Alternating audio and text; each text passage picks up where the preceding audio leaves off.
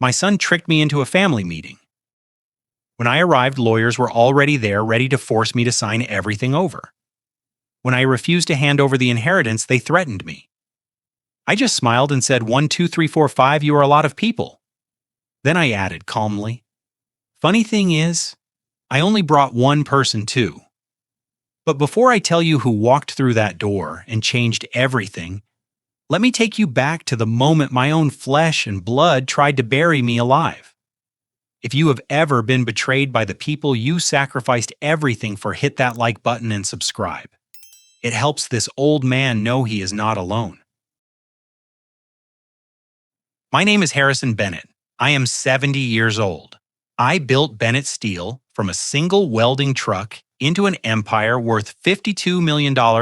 6 months ago, I buried my wife, Catherine, and last Sunday, my son tried to bury me. It started with a phone call at 6:00 in the morning. It was Preston, my son. His voice sounded frantic, shaky. Dad, you need to come to the office now. It is about Mom's estate papers. There is an emergency. I did not even drink my coffee. I threw on my coat, grabbed my car keys, and drove into the city. The streets were empty. It was Sunday after all. I thought maybe there was a tax issue, or maybe he had found a letter Catherine left behind. I was a fool. I arrived at the Bennett Steel Tower at 7 sharp. I took the private elevator to the 40th floor. The hallway was quiet, too quiet. I expected to see Preston pacing, maybe holding a cup of coffee for me. Instead, the conference room door was closed. When I pushed it open, the air inside was stale, recycled cold. There was no coffee, there was no breakfast, and there was definitely no emergency about my late wife. Preston was sitting at the head of the long mahogany table, my table, the table where I had negotiated million-dollar contracts, but he was not alone. To his right sat Monica, my daughter-in-law. She was wearing sunglasses indoors, her arms crossed her lips, painted a sharp, aggressive red, and flanking them were 2 men I had never seen before. Men in expensive gray suits with eyes like sharks. They did not stand up when I entered. They did not offer a hand. What is going on, Preston? I asked, my voice echoing in the large room. I looked at the empty chairs. Where's the emergency? Preston did not look me in the eye. He looked at a thick folder in front of him. Sit down, Dad. We need to talk. I did not sit. I stood my ground. I have stood before union leaders and hostile takeover artists. I was not going to be intimidated by the boy whose diapers I changed. I asked you a question, son. Preston took a deep breath like he was rehearsing a line. Dad, we are worried about you. You are spiraling. You are losing control. We have noticed the signs for months now. The forgetfulness, the aggression, the erratic spending. I laughed. It was a dry, humorless sound. Erratic spending. I live in the same house I bought in 1980. I drive a 5-year-old car. What are you talking about last week? Preston said, his voice gaining a little false confidence. You wire transferred $50,000 out of your personal savings. $50,000. Dad, you did not even tell me. You are burning through your liquid cash. We think you are being scammed, or worse, that you just forgot where the money went. My blood ran cold. I slammed my hand on the table. That money was for the public library, Preston. It was the donation for the Catherine Bennett Memorial Wing. Your mother wanted that library. I told you this 3 times last month.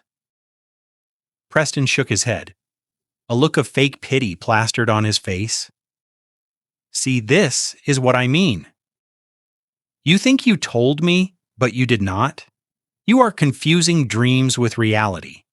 Dad, it is the early stages. We spoke to a doctor. One of the shark lawyers slid a paper across the table. It was a medical report. I glanced at it. It listed symptoms: confusion, paranoia, difficulty managing finances. It was signed by a doctor I had never met in my life. This is garbage, I growled. I am sound of mind. I just sold a subsidiary for $15 million cash last quarter. Do you think a senile old man could negotiate that deal? That is exactly why we are here, Mr. Bennett, the lawyer on the left said. His voice was smooth, oily. With assets totaling over $52 million, you are a target. Your son and his wife only want to protect you. This is an emergency conservatorship filing. Conservatorship. The word hung in the air like toxic smoke. They wanted to take my rights away. They wanted to treat me like a child. I looked at Monica. She finally took off her sunglasses. Her eyes were dry. There was no concern there, only calculation. Just sign the papers, Harrison, she said. Her voice was sharp, impatient.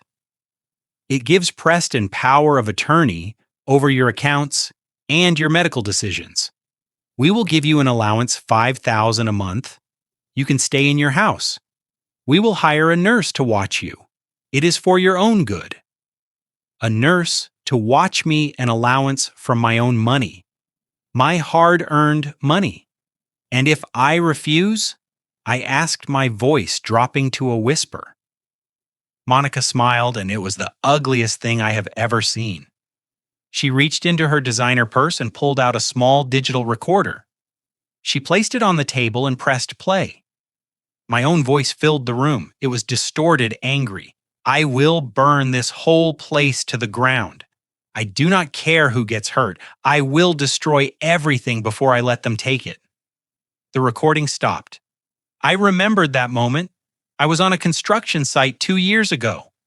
The contractors were using substandard steel. I was screaming about the building, about the project, but edited like this, out of context, it sounded like a violent threat from a deranged man threatening his family. We have more, Monica said, leaning forward. Hours of recordings, phone calls, arguments. We will submit this to the court tomorrow morning. We will paint a picture of a violent, unstable man who is a danger to himself and others. The judge will grant the emergency order immediately. You will be involuntarily committed to a facility for evaluation. 52 hours in a psych ward. Harrison, do you think you can handle that at your age? I looked at Preston. He was studying his fingernails, refusing to meet my gaze. My son, the boy I taught to ride a bike, the man I promoted to CFO because I trusted him. He was letting his wife threaten to throw me in a mental institution. So this is it, I said. This is the plan. You steal my company, you steal my money, and you lock me away. It is not stealing, Dad, Preston mumbled. We are preserving the legacy. You are old. You are grieving. You are not thinking straight. Just sign the paper. Please do not make us do this the hard way. I looked at the document. It was all there. Total control. They would control my bank accounts, my real estate, my passport. I would have to ask my son for permission to buy a sandwich. I reached into my jacket pocket and pulled out my fountain pen. It was a gift from Catherine for our 40th anniversary. Heavy gold nib, expensive. Preston let out a breath he had been holding. Monica smirked, a victorious little twitch of her lips. The lawyers opened their briefcases, ready to notarize my surrender. I uncapped the pen. I leaned over the document. I could smell Preston's cologne. It was too strong, masking the stench of his betrayal. I lowered the pen to the signature line. Everyone in the room leaned in. Then, with all the strength left in my 70-year-old arm, I stabbed the pen down, not to sign, but to strike. The gold nib tore through the paper, through the thick stack of lies, and jammed into the mahogany table. Ink bled out like black blood staining the white document. I stood up. I looked straight at Preston. You want a war, son? I said, my voice steady and cold. You just started one, but remember this. I built this world you are trying to steal, and I know exactly how to tear it down. I turned my back on them. I heard Monica screeching, calling me a crazy old fool. I heard the lawyers shuffling, but I did not stop. I walked out of that conference room. I walked to the elevator. I pressed the button for the lobby. My hands were shaking, but not from fear, from rage. Pure, white, hot rage. I thought the worst was over. I thought I had made my stand. But as the elevator descended 40 floors, I had no idea that the trap had already snapped shut. I walked to the parking garage, my heart pounding in my chest. I needed to get home. I needed to regroup. I reached the exit gate and tapped my credit card to pay the parking fee. Beep. Declined. I frowned. That card had a $50,000 limit. I tried my debit card. Beep. Declined. A cold sweat broke out on my neck. I pulled out my phone and opened my banking app. Face ID recognized me. The app loaded, account locked, contact administrator, Preston. He had not waited for my signature. He had used the emergency clause in the company bylaws. He had claimed I was compromised. He had frozen everything. I was standing in a parking garage, 70 years old, with $40 in cash in my wallet. No access to my millions and my own family hunting me down. I reversed the car, smashed through the wooden barrier arm of the parking garage, shattering my windshield, and drove out into the morning light. They wanted a crazy old man. They were about to get one, but they forgot one thing. I was not just an old man. I was Harrison Bennett, and I was not done yet. I drove east on the expressway, leaving the city skyline in my rearview mirror. The wind rushed through the shattered windshield of my sedan, scattering shards of safety glass onto the passenger seat like diamonds. I did not feel the cold.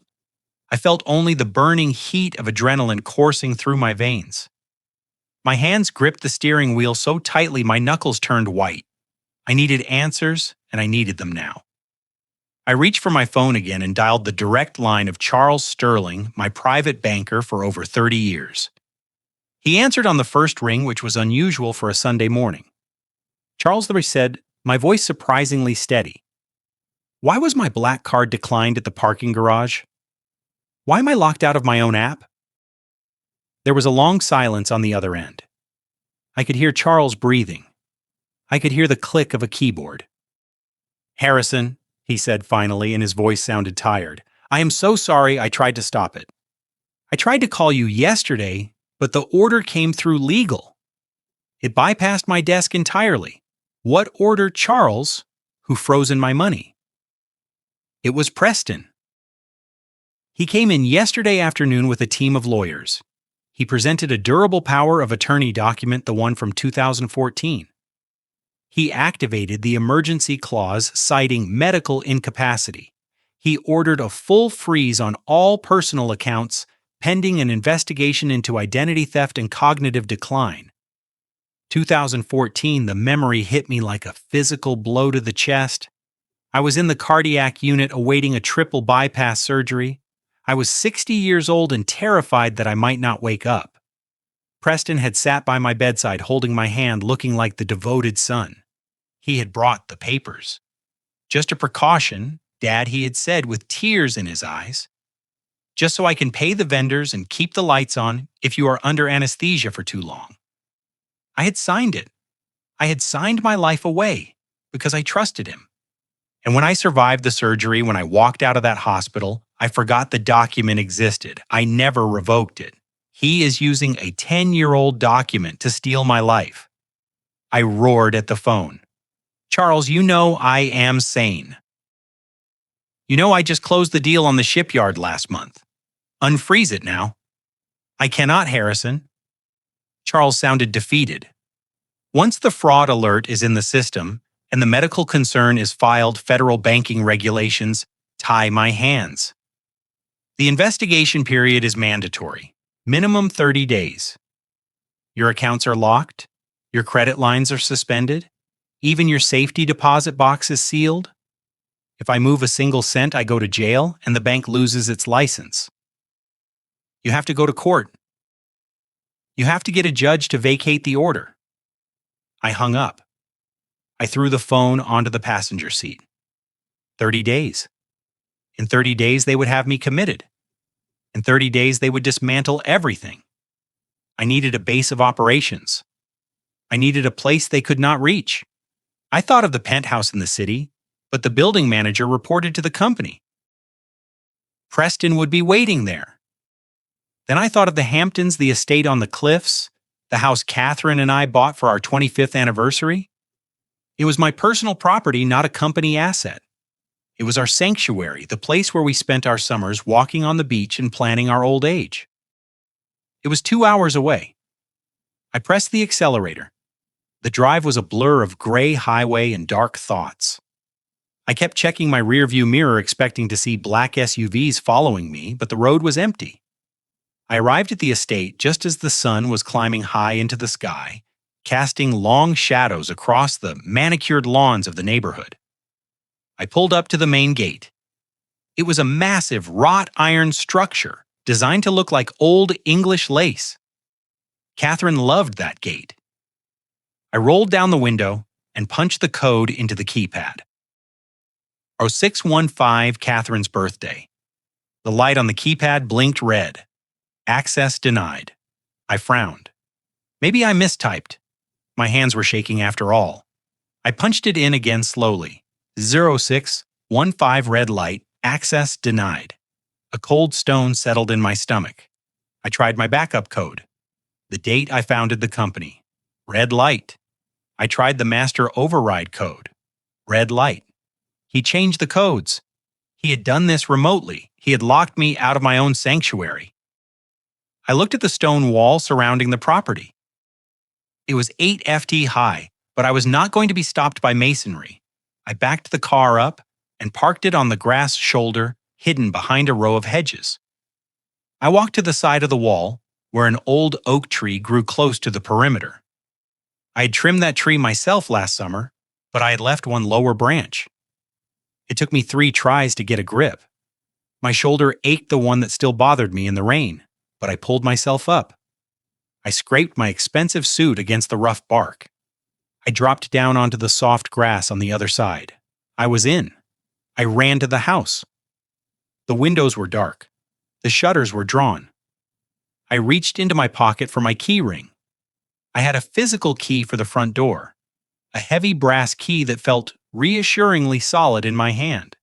No amount of hacking or digital fraud could stop a physical key.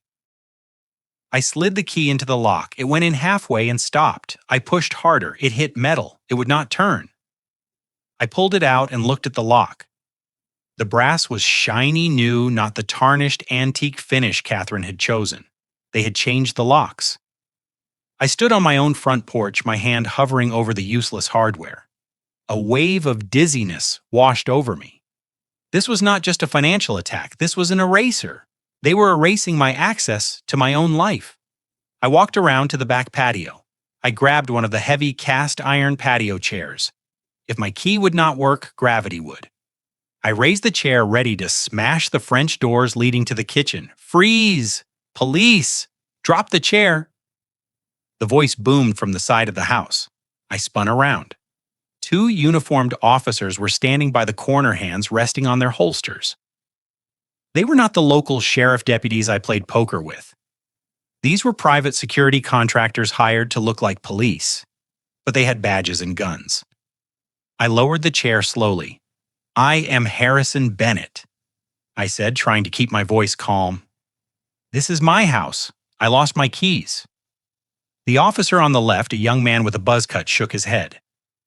"We received a silent alarm notification from the owner. We have a trespassing report. Identify yourself." "I told you I am the owner. Check the deed. Check the records. I bought this land in 1995. The officer pulled out a tablet. He tapped the screen.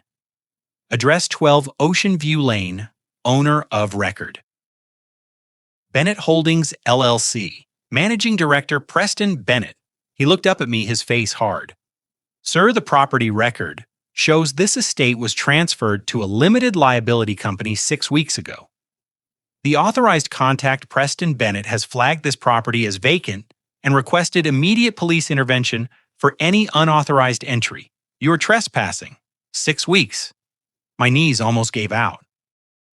6 weeks ago, Catherine had just died. I was in a fog of grief. Preston had brought me stacks of papers to sign insurance forms, death certificates, Estate transfers, just standard paperwork. Dad, he had said I had signed them all without reading. I had signed over my own home while my eyes were still swollen from crying for his mother. This is a mistake, I said, but my voice lacked conviction. My son tricked me. This is my home. My wife's garden is right there, sir, the officer said, stepping closer. We do not want to use force on a senior citizen. But you need to leave the premises immediately. If you return, you will be arrested for breaking and entering. Please escort yourself to the public road. They marched me down the driveway. They opened the gate from their control panel. They watched me walk to my car. They stood there, arms crossed, guarding the fortress that I had built. I climbed into my car. I sat there for a moment, staring at the closed gate. I had no money, I had no home, I had no access to my accounts.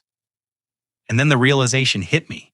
It was colder and sharper than the wind blowing through my broken windshield. This was not a sudden decision. Preston did not wake up yesterday and decide to do this. To change the deed takes weeks. To set up the LLC takes time. To organize the medical reports and the lawyers takes planning.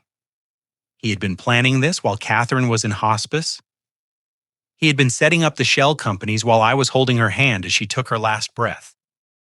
He had been preparing to erase me while I was mourning the love of my life. I looked at my reflection in the rearview mirror.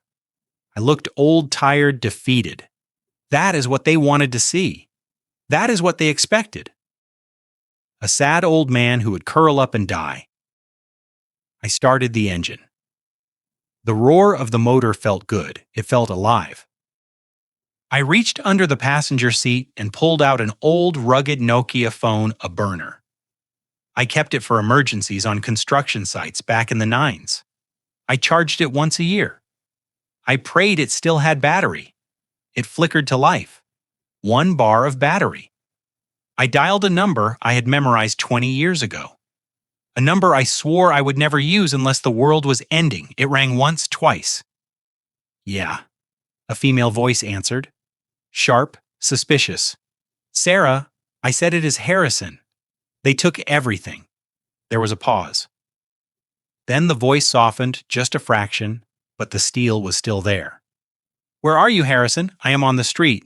I have $40 and a half tank of gas. Get to the old warehouse in Queens, she said. The one off the grid. Do not use your credit cards. Do not use your main phone, Harrison. Yes. Are you ready to go to war?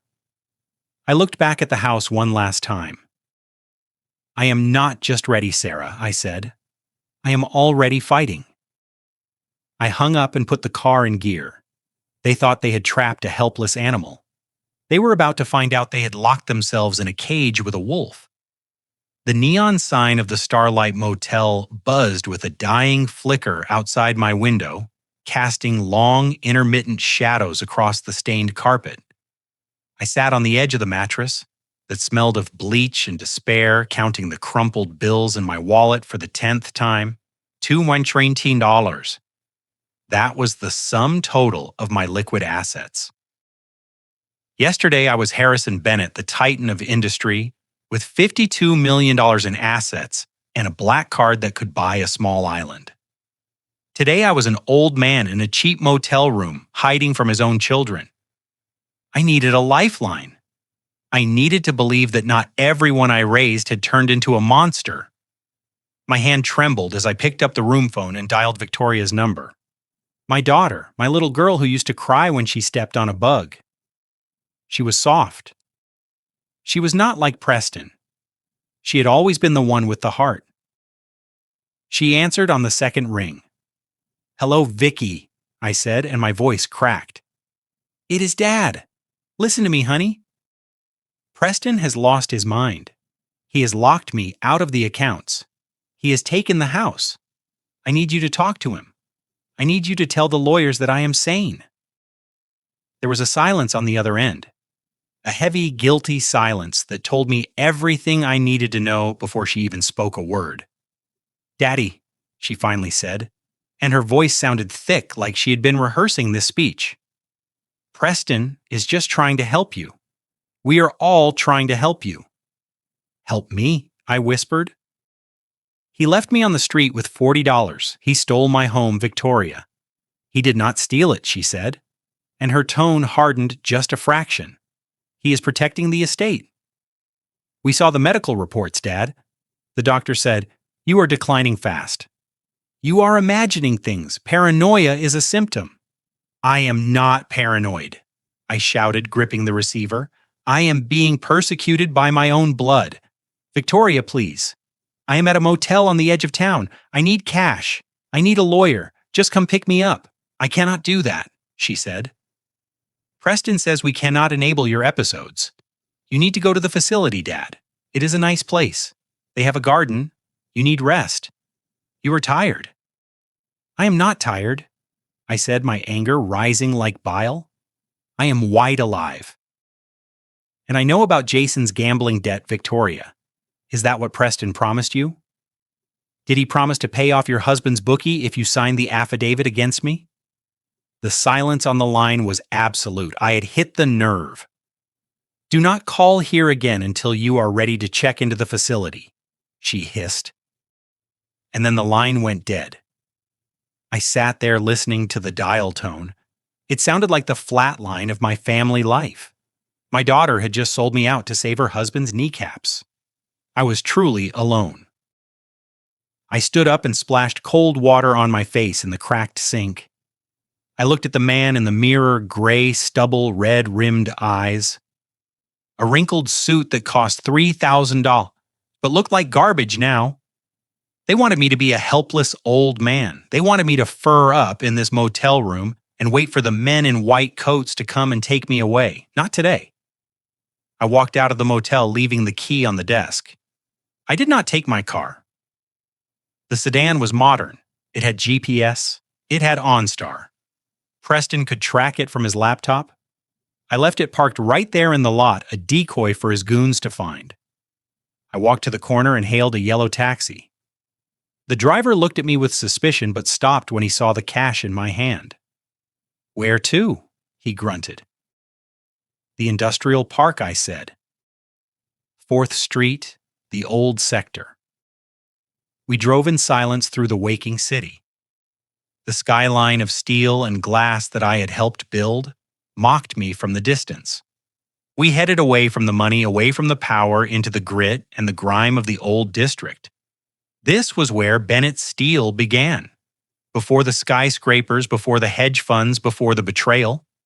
The taxi dropped me off in front of a chain-link fence topped with razor wire. The driver looked at the desolate surroundings. You sure about this, buddy? This place looks abandoned. I am sure, I said, handing him a 50. Keep the change. I stood before the gate of Warehouse 4. It was a rusted corrugated metal coffin surrounded by weeds that had grown waist-high. Preston hated this place. He called it an eyesore. He begged me every quarter to sell the land for redevelopment. He was too refined for the dirt, too sophisticated for the rust. That arrogance was his blind spot. He never came here. He probably forgot we still owned the deed. The padlock on the side gate was fused shut by 20 years of oxidation. I did not have a key. I did not need one. I walked around the perimeter to the back alley where the loading dock used to be. The brickwork was crumbling. I found a loose piece of iron rebar in the rubble, a heavy rusted rod about 2 ft long. I wedged the rebar into the gap between the service door and the frame. I braced my foot against the wall. I am 70 years old and my back screams when I lift anything heavier than a golf bag.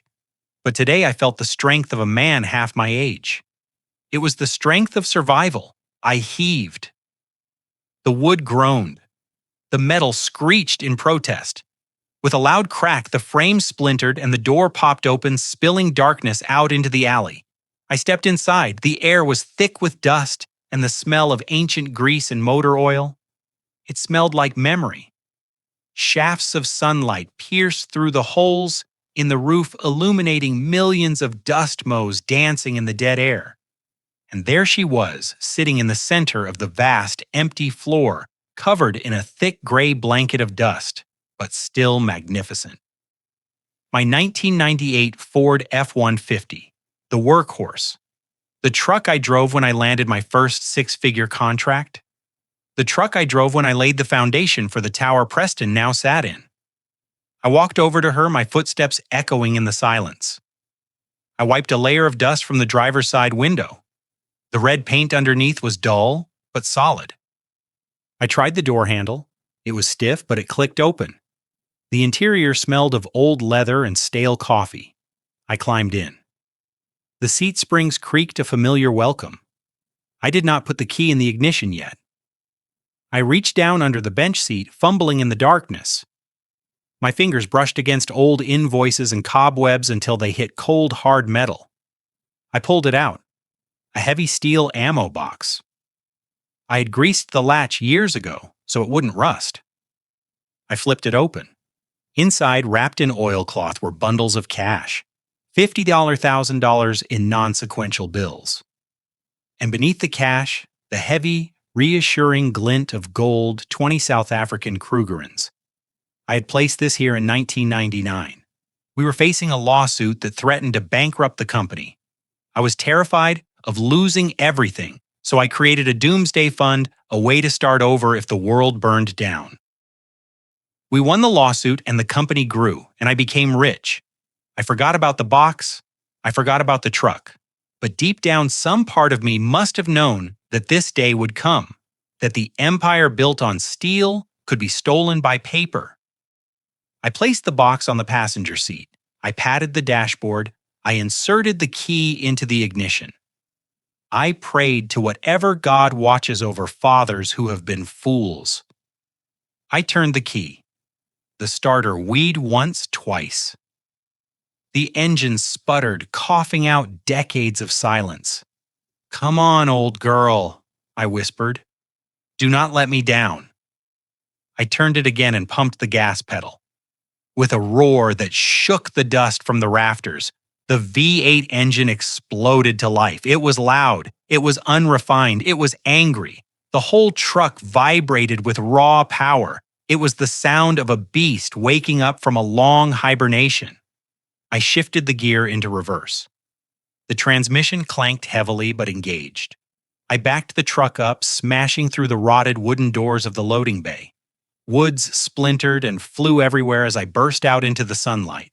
I was free. I had wheels, I had money, I had gold. I reached into the glove compartment and pulled out the burner phone, an old Nokia brick that I kept charged for emergencies. I powered it on. The screen glowed green, battery full signal strong. I dialed a number I had memorized 15 years ago, a number belonging to the most dangerous woman I knew. It rang 3 times. "Yeah?" A woman's voice answered. Sharp, suspicious. No greeting. "Sarah," I said, shouting over the roar of the engine. "It is Harrison Bennett." There was a pause. I could hear the flick of a lighter and a long exhale. "Harrison?" she said, and her voice dropped an octave. "I saw the filing on the docket this morning, emergency conservatorship. They moved fast. They took everything. Sarah, my accounts, my house, my dignity. I told you this would happen." She said, "I told you that boy was a viper when he was 25. You didn't listen." "I am listening now." I said, "I am awake now. Where are you? I am in the wind. I have a clean vehicle. I have 50,000 cash and a bag of gold. And I have the documents from 1995, the ones I never showed anyone." I could hear her smile through the phone. It was a cold, terrifying sound. "You kept the leverage?" she asked. "I did." "Meet me at the diner on 9th Avenue. The one with the grease traps. Come alone, Harrison, and bring the gold. We have work to do." I hung up the phone and threw it onto the seat next to the ammo box. I revved the engine and peeled out of the lot, leaving a cloud of dust and smoke behind me. Preston thought he had taken my power because he took my credit cards. He forgot that I built this fortune with a hammer and a truck. He wanted a war with a senile old man. He was about to find out that the old man still had teeth-sharp ones. The tires of my dusty Ford truck crunched over the gravel lot of a roadside diner that looked like it had not seen a fresh coat of paint since the Reagan administration. It was the kind of place where truck drivers and insomniacs went to disappear over plates of greasy eggs. I killed the engine, and the beast shuddered to a halt. I grabbed the ammo box with my left hand and the burner phone with my right. For a moment, I caught my reflection in the rear-view mirror. The suit was ruined. The tie was gone. The eyes staring back were hard and cold. I looked less like a CEO and more like a man on the run, which I suppose was exactly what I was. Inside, the air smelled of bacon grease and stale coffee. I scanned the booths. She was in the back corner facing the door. Sarah Jenkins. She had not changed much in 15 years. Her hair was cut in a sharp bob that framed a face made of angles and intelligence. She wore a black leather jacket over a silk blouse, a contrast that screamed danger and class all at once. She was typing furiously on a laptop that looked like it cost more than the building we were sitting in. I slid into the booth opposite her. She did not look up immediately. Her fingers flew across the keys, executing commands that were likely illegal, or at least highly intrusive. "You look like hell, Harrison," she said without stopping. "I feel like hell," I replied, placing the heavy steel box on the table between us. I pushed it toward her. It made a dull thud against the laminate. Sarah stopped typing. She looked at the box, then up at me. Her eyes were dark and unreadable. "Is that the retainer?" "It is 50,000 in cash and 20 Krugerrands," I said. "It is all I have access to right now." Preston locked the rest. She smirked a genuine expression that softened her features for a fleeting second. "You saved my father from bankruptcy when everyone else walked away. Harrison, you paid off his debts and let him keep his dignity. You do not need to pay me. This is pro bono, but keep the gold. We might need bribes later." She spun the laptop around so I could see the screen. It was filled with spreadsheets, graphs, and lines of code that moved too fast for me to follow. "I've been digging into Bennett Steel since you called," she said, her voice dropping to a professional whisper. I pulled the public filings, the quarterly reports, and I ran a few algorithms on the vendor payments. And I asked, bracing myself, "It is a mess, Harrison. A catastrophic mess." "That is impossible," I said. "We posted record profits last quarter. I saw the sheets. We are expanding into 3 new states." Sarah shook her head. "You saw what they wanted you to see. Look here." She pointed a manicured finger at a column of red numbers. "These are the operating costs for the expansion. They are inflated by 300%. And here these are vendor payments to shell companies that were created less than 6 months ago." I squinted at the screen. The names were generic. Apex Logistics, Zenith Supply, Global Solutions. "I do not know these vendors," I murmured. "Of course you do not. They do not exist, but the money going to them does." Sarah leaned in her eyes, locking onto mine. "Harrison, your son is not just trying to steal your inheritance because he is greedy. That is what I thought at first, too. The spoiled brat wanting the daddy's money. But it is worse than that. How much worse? He is desperate." I frowned. Desperate? Why, Sarah tapped the screen again, highlighting a graph that showed a steep, terrifying decline. "Bennett Steel is bleeding money, Harrison. It is hemorrhaging cash. The expansion was a lie, a cover-up. The company is operating at a massive deficit. Based on these burn rates, payroll will bounce in 3 weeks. The vendors will stop shipping in 4. I felt the blood drain from my face. My company, the empire I built with sweat and blood, it was dying. "He needs your $52 million not to buy yachts or villas," Sarah said, her voice razor sharp. "He needs it to plug the hole. He is trying to inject your personal liquidity into the company to hide the losses before the IRS audit next month. If he does not get your money, Bennett Steel collapses in 30 days. 30 days. The realization hit me like a physical blow. That was why they were rushing. That was why they needed the emergency conservatorship. They did not just want to control me, they needed to liquidate me. I was just a savings account. They needed to break open to save their own skins. He lied to me, I whispered. He stood in my office and told me we were strong. He lied to everyone. Sarah said, closing the laptop with a snap. But here is the kicker. If he uses your money to cover these losses, he is committing securities fraud. And since the money is coming from your personal accounts, while you are still technically the chairman, if the feds look into this, guess who goes to prison? Me. Bingo. You are the Patty Harrison. He is setting you up to take the fall for the collapse. He gets to claim he was just following orders from his senile father who mismanaged the funds. He walks away clean.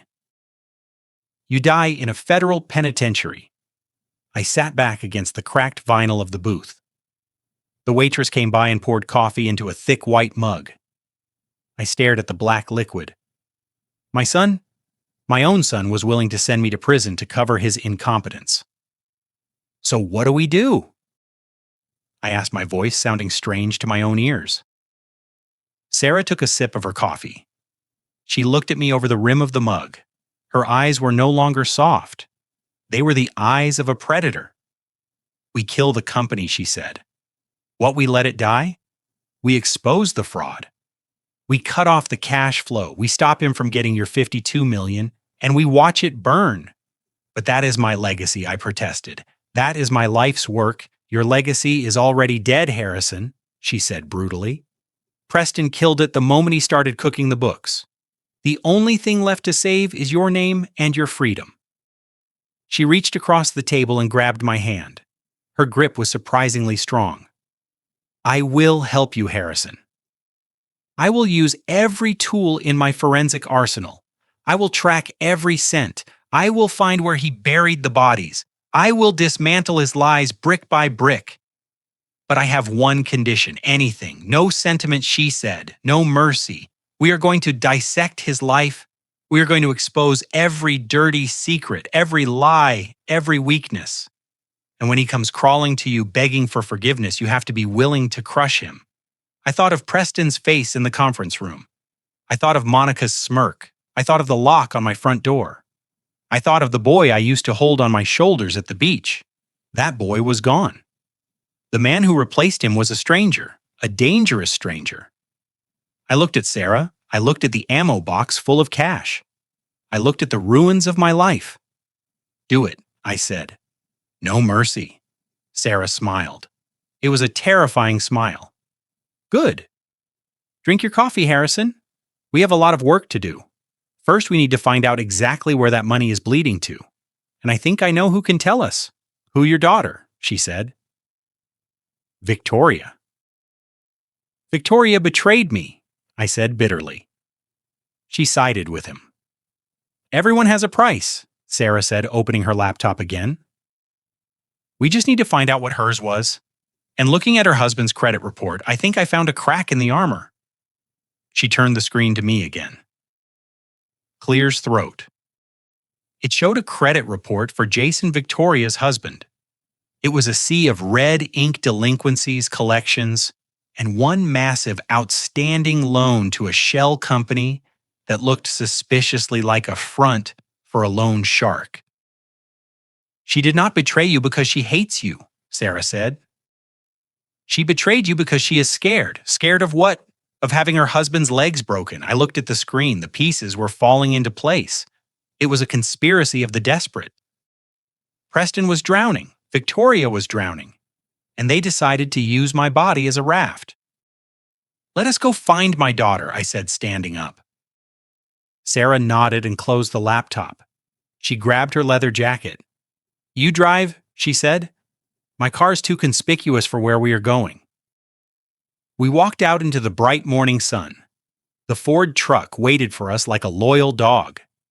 I climbed in and unlocked the passenger door for the only person in the world who was on my side. 30 days. We had 30 days to save my life and destroy my son's house of cards. The clock was ticking, But for the first time since Sunday morning, I did not feel like a victim. I felt like the CEO, and I was about to execute the most hostile takeover in history. The engine of the Ford truck idled with a low rumble in the alleyway behind the Blue Note a dive bar on the edge of the industrial district. Sarah sat in the passenger seat adjusting the dials on a piece of equipment that looked like something out of a spy movie. It was a parabolic microphone aimed through the cracked window at a booth near the back exit of the bar. I sat in the driver's seat wearing a pair of heavy, noise-canceling headphones, my hands gripping the steering wheel. We had tracked Victoria here using the location data from her shared family cloud account, which she had foolishly forgotten to remove me from before the betrayal. She was meeting Jason, her husband, my son-in-law, the man I had never fully trusted but had tolerated for her sake. The headphones crackled with static. Then the sounds of the bar filtered in. The clinking of glass, the low hum of a jukebox playing an old country song, and then voices clear as a bell. I closed my eyes and listened. I cannot do this anymore, Vic. Jason's voice was high-pitched, tight with panic. He sounded like a cornered animal. They called me again this morning. They said if I do not have the $500,000 by Friday noon, they are going to start taking fingers. First the pinky, then the ring finger. My eyes snapped open. $500,000. I knew Jason liked to gamble. I knew he played poker on Tuesdays. But $500,000, that was not a game. That was a death sentence. Victoria's voice came through next. It was soothing but underlined with a terrible exhaustion. Keep your voice down, Jason. People are looking. I told you it is handled. We just need to wait a few more days. We do not have a few days, Jason hissed. We have 48 hours. Your brother said the court order would be done by yesterday. Where is the money? It is complicated, Victoria said. Dad fought back. He did not sign. He ran. Preston is tracking him down now. He froze the accounts, but we cannot liquidate the assets until the judge grants the permanent conservatorship. We need to find him and force him to sign the voluntary transfer. I felt a physical pain in my chest, sharp and cold. They were discussing my life, my freedom, and my hard-earned legacy as if it were simply a logistical hurdle to clearing a gambling debt. So find him, Jason snapped. You said Preston promised us $2 million from the estate. $2 million, Vic. That pays off the bookie and leaves us with enough to start over. We can move to Florida. We can buy that boat. But we need that money now. I leaned back against the headrest, tears stinging my eyes. $2 million, that was the price of my daughter's loyalty. That was the price of her love. She had sold her father to a mental institution to cover the mistakes of a man who could not walk past a blackjack table without losing his soul. I listened as Victoria sighed. Her voice trembled. I hate this Jason. I hate what we are doing. Did you see his face in that conference room? He looked at me like I was a stranger. He is my dad. He carried me on his shoulders. He paid for my wedding. And now we are hunting him like an animal. We do not have a choice. Jason said, his voice dropping to a harsh whisper. Do you want to be a widow? Do you want them to come for the house? Do you want them to come for you? Because these guys do not play nice. If I do not pay, they will hurt you too. We have to do this. Preston is right. The old man is done. He had his time. Now it is our turn to survive. Our turn to survive. I took off the headphones. The silence in the truck was deafening. Sarah was looking at me, her expression unreadable, but her eyes soft with pity. She had heard everything too. I wiped my face with the back of my hand. I felt old. Older than I had ever felt in my life. The betrayal in the conference room had been shocking, but this was different. This was heartbreaking. My daughter was not evil. She was desperate. She was terrified. She was weak. And she had chosen her husband's safety over her father's life. It is a tragedy, Sarah said softly. but it is also an opportunity. I looked at her. What do you mean she is the weak link, Harrison? Preston is a sociopath. He enjoys this. He feels entitled to your money. But Victoria, she is drowning. She is driven by fear, not malice. And fear makes people irrational. Fear makes people make mistakes. I looked out the window at the brick wall of the bar. I imagined Victoria sitting in that booth, holding the hand of a man who had ruined her life, trying to convince herself that destroying me was the only way out. She thinks Preston is going to give her $2 million, I said quietly. Sarah scoffed. Preston is not going to give her a dime. Once he has control, he will cut her loose. He needs that money to plug the holes in the company. He will let Jason get his legs broken before he shares the loot. I know, I said, and deep down she knows it too. She is just too scared to admit it. So what do? Sarah asked. We break her, I said. We use her fear against her. We make her choose, not between me and Jason, but between the lie she is living and the truth that can save her. I picked up the burner phone. My fingers hovered over the keypad. I knew what I had to do, but it felt like cutting off my own arm. I had to manipulate my daughter. I had to play on her desperation. I had to become the thing they accused me of being, calculating cold. I typed the message. Victoria. I know you are scared. I know about Jason. I know about the Friday deadline.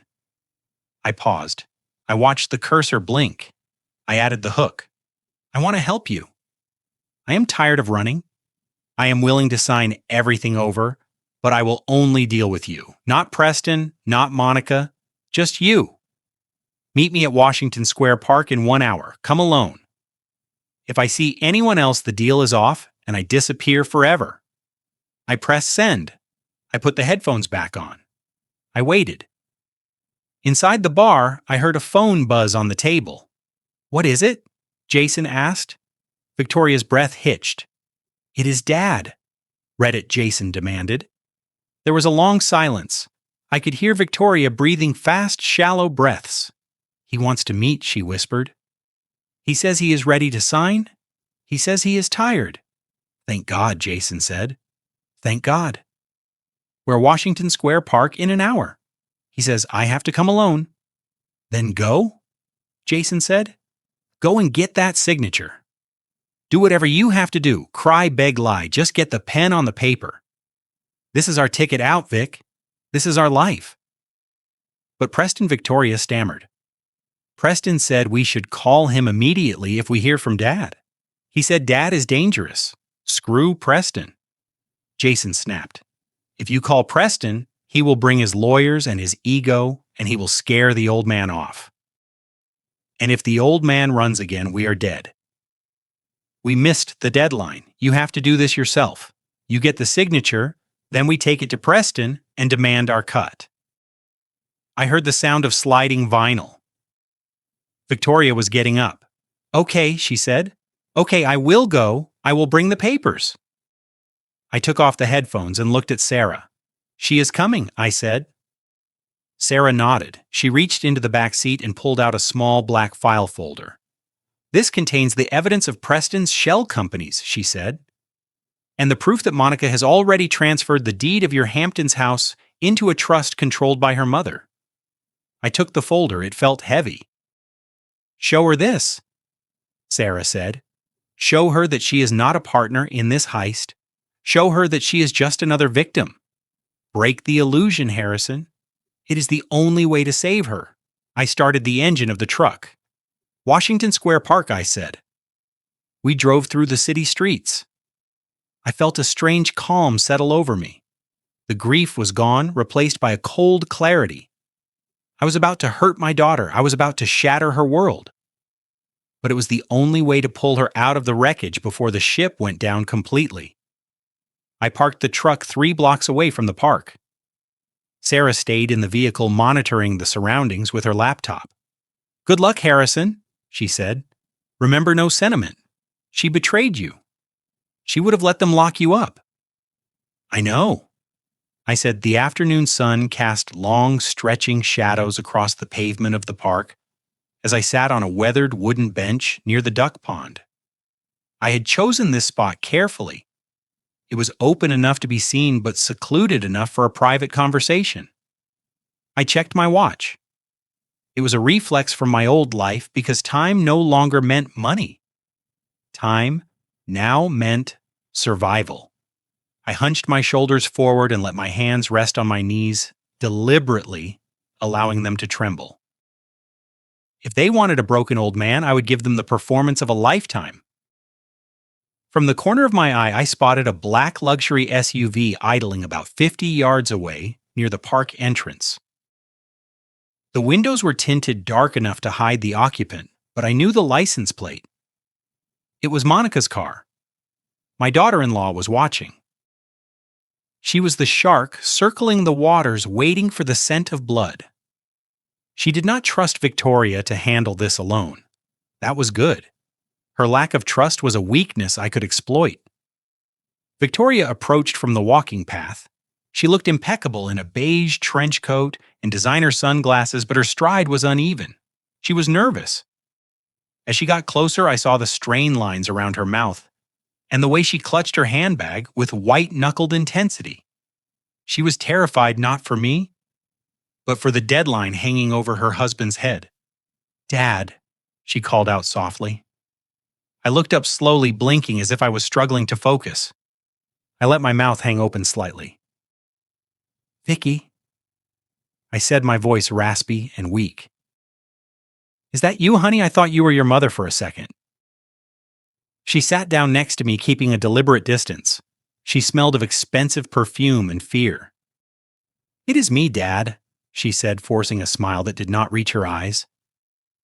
"You look tired. Have you been sleeping? You should not be out here all alone. It is dangerous." "I am just resting," I mumbled, rubbing my hands together as if I were cold. "I just needed some fresh air. The house was so quiet." "They changed the locks, Vicky." "Why did they change the locks?" She reached into her bag. I saw her hand brush against her chest, adjusting something under her coat. A microphone. Preston and Monica were listening. They wanted a recording of my confession. They wanted proof of my incompetence. "Preston is fixing the locks, Dad." She lied smoothly. "He is just trying to keep you safe. You have been forgetting things. You have been wandering. We just want to take care of you. Look, I brought the papers, the ones you forgot to sign on Sunday." She pulled the thick document out of her bag. "The conservatorship agreement, the death warrant for my freedom. If you sign this, we can take you to a nice place," she said, her voice taking on a soothing, manipulative tone. "A place with doctors and nurses, and Preston will handle all the bills. You won't have to worry about money ever again." I stared at the paper. I let my hand hover over it, shaking visibly. "I do not know, Vicky," I stammered. "I promised your mother I would protect the company." "Mom is gone, Dad," she said, and I heard the impatience bleeding into her voice. "You have to let go. You are not capable anymore. Just sign it. Do it for us. Do it for me." I looked at the black SUV in the distance. I could imagine Monica inside, leaning forward, grinning, listening to the audio feed, thinking she had won. I looked back at my daughter. She held the pen out to me. Her hand was steady, but her eyes were pleading. She needed this signature to save her husband from the loan sharks. She was willing to sacrifice me to do it. I took the pen. I leaned over the paper. I felt Victoria relax beside me. She exhaled a breath she had been holding. Then I dropped the pen. It clattered onto the pavement. "Oh, clumsy me," I said. I leaned down to pick it up. Victoria leaned down with me. "Let me get it, Dad," she said. Our heads were inches apart. The microphone under her coat would not pick up a whisper at this range if I spoke directly into her ear. The black SUV was too far away to see my expression change. I dropped the mask. The shaking stopped. My eyes cleared. I grabbed her wrist. Not hard enough to bruise, but firm enough to freeze her. I know about the $500, $1,000 Victoria. I whispered, my voice sharp and cold as steel. She stiffened. She tried to pull away, but I held on. I know Jason is going to lose his fingers on Friday. I continued, my words rapid and precise. I know Preston promised you $2 million to get this signature. I know you are wearing a wire right now and Monica is sitting in that black car listening to us. Her eyes went wide with terror. She opened her mouth to speak, to deny it, but I cut her off. Do not say a word, I hissed. Just listen. You think you are saving your husband. You think Preston is going to pay you. You are a fool. I leaned even closer until my lips were brushing her ear. I ran a forensic audit on the company this morning. Victoria Preston does not have the money. He is broke. He is stealing from the pension fund to pay off shell companies. But here is the part you do not know. Monica moved the deed to the Hamptons estate 3 weeks ago. It is not in the family trust. She transferred it to her mother in Florida. Victoria gasped, a small choked sound that the microphone might have picked up as a cough. She is setting up her escape plan, I whispered. When the FBI comes, and they are coming, Victoria Preston is going down, and Monica is going to be sitting on a beach in Boca Raton with the only assets left. You are not going to get $2 million. You are not going to get a single dime. You are going to get a bankrupt husband with broken legs and a brother in federal prison. I let go of her wrist. I sat up, I picked up the pen, and handed it back to her. I cannot sign this today, Vicky, I said, loudly, my voice returning to the wavering tone of a senile old man. I need to think. My head hurts. I think I need to go lie down. Victoria sat there frozen. Her face was pale as a sheet. She looked at the document in her lap, then at the black SUV, then at me. The seed was planted. The doubt was rooting in her mind, spreading like a virus. She realized she was not a partner in this conspiracy. She was a pawn. Dad? She whispered, but she did not know what else to say. I stood up slowly, leaning on the bench for support. Tell Preston I will come to the meeting on Friday. I said loudly enough for the wire to catch it. I will bring my reading glasses. We can talk then. I patted her on the shoulder. It was not a gesture of affection. It was a warning. I turned and walked away. I did not look back at the black SUV. I walked with a shuffle until I turned the corner and was out of sight. Then I straightened my back. I checked my watch. Step 1 was complete. I had fractured their alliance. Now I had to prepare for the final blow. I walked toward the subway entrance where Sarah was waiting. Victoria would go back to that car and she would look at Monica differently now. She would start asking questions. And when thieves start asking each other questions, the whole empire begins to crumble. I disappeared into the crowd, leaving my daughter sitting on the bench, holding a pen that was worth more than her promises, clutching a document that was worth less than the paper it was printed on. The panic in her eyes was the first real victory I had won in days. We retreated to a small nondescript motel room on the outskirts of the city, a place Sarah had paid for in cash to keep us off the grid. The curtains were drawn tight against the fading light of the afternoon, casting the room in a dim yellow glow from the single bedside lamp. The air conditioner hummed, with a rhythmic rattle masking the sound of sirens in the distance. Sarah sat at the small round table. Her laptop opened the screen, illuminating her face with a blue, ghostly light. I sat on the edge of the bed, watching her fingers fly across the keyboard.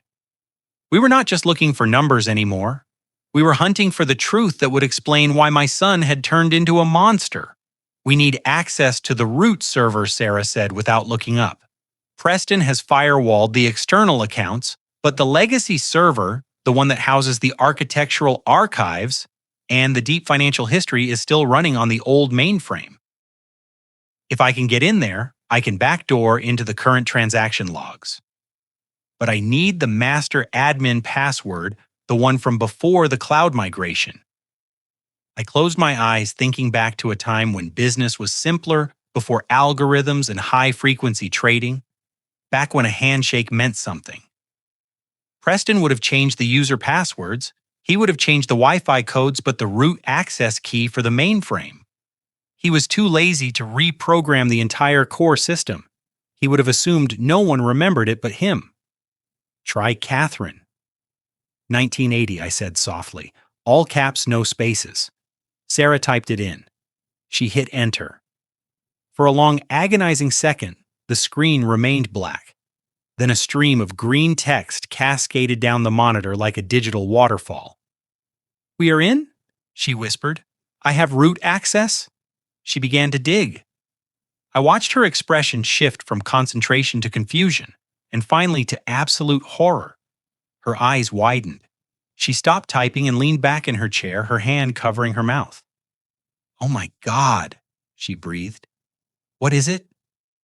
I asked, standing up and moving to look over her shoulder. "Is he bankrupt? Is the hole deeper than 8 million? "It is not a hole, Harrison," she said, her voice trembling with a mix of fear and professional disbelief. "It is a tunnel, and it goes straight to hell." She pointed to a series of transactions dating back 18 months. "Look at these inflows. 500,000, 2,700,000. These are not payments from clients. These are deposits from shell companies in Panama and Cyprus." I squinted at the screen. The names meant nothing to me. Blue Horizon, Redstone, Alpha, Omega. "He is borrowing money," I suggested. "He is taking loans from offshore lenders to cover the payroll." "No, Sarah said, shaking her head vigorously. "Loans have repayment schedules.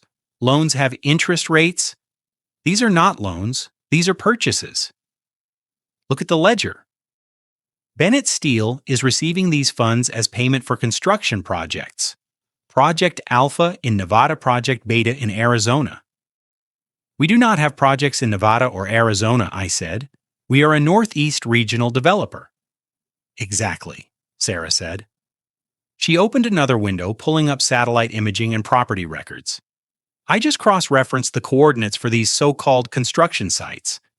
Look, on the screen was a satellite view of a patch of empty desert in Nevada. No steel, no concrete, just sand and scrub brush. There is nothing there. I said, "That is the point." Sarah said, "It is ghost real estate. It is a classic money laundering scheme. Your son is taking dirty money from foreign criminal organizations, depositing it into Bennett Steel accounts, and generating fake invoices for construction work on land that is worthless or does not exist. He cleans the money through the company, pays the taxes on it to make it look legitimate, and then funnels it back out as consulting fees or vendor payments to the Cayman accounts we saw earlier." I felt the room spin. My knees hit the floor as I sat back down on the bed. Money laundering. My son was not just a bad businessman, he was a criminal. He was washing blood money through the company I built with my own hands. But why, I asked, my voice barely a whisper. Why risk everything? Because he lost the company's real money years ago, Sarah said, scrolling back through the timeline. He made bad bets on futures, he lost millions. He was terrified you would find out. So he went to a loan shark. And when he could not pay the shark introduced him to the whale. He is not running this, Harrison. He is working for them. He is their washer. And then she stopped scrolling. She froze. She looked at me, and the pity in her eyes was worse than the anger. "Harrison," she said, "there is something else. Something much worse." "What could possibly be worse than this?" She turned the laptop so I could see a document she had just opened. It was a draft of the asset transfer agreement, the one he tried to make me sign on Sunday. "Look at the structure of the transfer," she said, pointing to paragraph 4. "He is not asking you to resign. He is asking you to transfer your personal liquidity into the corporate operating account while remaining as the honorary chairman of the board with full fiduciary responsibility." I stared at the legal jargon. It was dense, intentionally confusing. What does that mean in plain English? I asked. It means he is setting you up, Sarah said. If you sign this, you pour your clean $52 million into the same pot as the dirty money. Once it mixes, it is impossible to separate. You become the primary financier of the operation. And because you retain the title of chairman, and you are injecting the capital, when the FBI raids the place, and they will raid it, Harrison the paper trail will stop at your desk. I felt a cold chill run down my spine that had nothing to do with the air conditioner.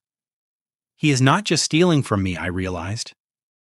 No, Sarah said he is building a sigh. He knows the feds are watching. He knows the walls are closing in. He needs someone to take the fall, take the someone with a clean record. Someone who can be painted as a senile old man who got mixed up with the wrong people. He wants me to go to prison, I said. My own son wants me to die in a cell so he can walk away. Sarah nodded slowly. Under the RICO Act, the Racketeer Influenced and Corrupt Organizations Act, the head of the organization takes the hardest hit. If you sign those papers, you become the head. You get 20 years minimum. Preston gets a plea deal for testifying against you. He claims he was just a dutiful son following his father's orders. He walks away with whatever money he has stashed in the Caymans, and you spend the rest of your life behind bars.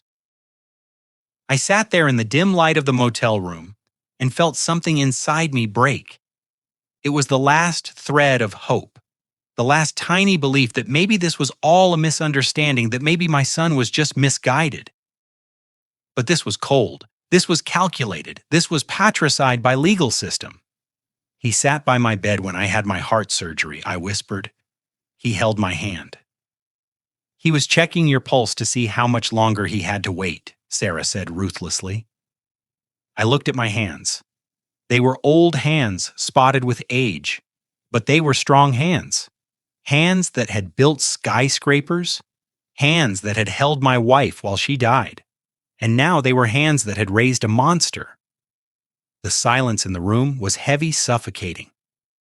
Sarah closed the laptop. The blue light vanished, leaving us in the yellow gloom. This is not a family dispute anymore, Harrison, she said, her voice quiet but firm. This is not civil court. This is a federal criminal conspiracy. We have enough evidence right here to put him away for a very long time. But once I hand this over to my contact at the Bureau, there is no going back. I looked up at her. This is a RICO case, she said. It destroys everything it touches. The company will be seized. The assets will be frozen. And your son, along with Monica and anyone else involved, will go to federal prison. There is no rehab for this. There is no second chance. She leaned forward, resting her elbows on her knees, looking me straight in the eye. So I have to ask you, Harrison, and I need you to be sure. Do you want to put your son in prison? I looked at the wall where a cheap painting of a sailboat hung crookedly. I thought about the little boy who used to run to me when I came home from work. I thought about the teenager I taught to drive. I thought about the man who stood in my office and lied to my face. That man was dead.